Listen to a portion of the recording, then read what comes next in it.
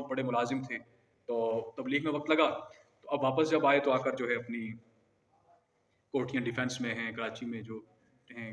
لاہور میں، اسلام آباد میں جو پراپرٹیز ہیں ساری بیچے جا رہے ہیں، بیچ کر جو ہے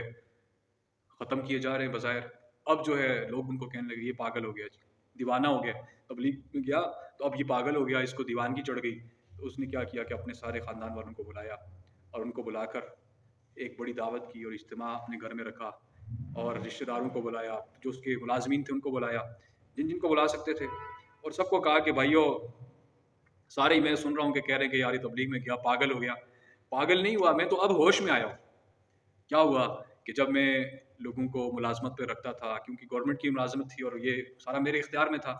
تو میں نے کسی سے لاکھ لیا، کسی سے 2 لاکھ لیا رشوت پہ، اور میں نے پیسے جمع کیے اور بہت بڑی پراپرٹیز بنائی، یہ کیا وہ کیا، اور اب جو ہے مجھے تبلیغ میں جا کر یہ پتہ چلا کہ میں نے اللہ کے سامنے پیش ہونا ہے، اللہ جل شانہ کے سامنے میری حاضری ہونی ہے، اور اس حاضری میں مجھ سے پوچھ ہوگی ذرے ذرے کی۔ تو میں نے جتنی بھی چیزیں بیچی اور جن جن کا علم میں تھا میں نے ان کو پیسے لٹا دیے،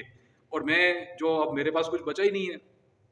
یہ میرا اب گھر ہے پرانا، میں اس میں آ کر آباد ہو گیا ہوں۔ اللہ کے لیے میں سب سے معافی چاہتا ہوں کہ جس چیز کے میں نے رشوت کے ذریعے مال لیا تھا، جس چیز کا میں نے ناجائز طریقے سے لیا تھا، وہ مجھے معاف کر دے۔ میرے عزیزو بھائیو، زندگی کا رخ ماحول کے بغیر نہیں بدلا ہوتا۔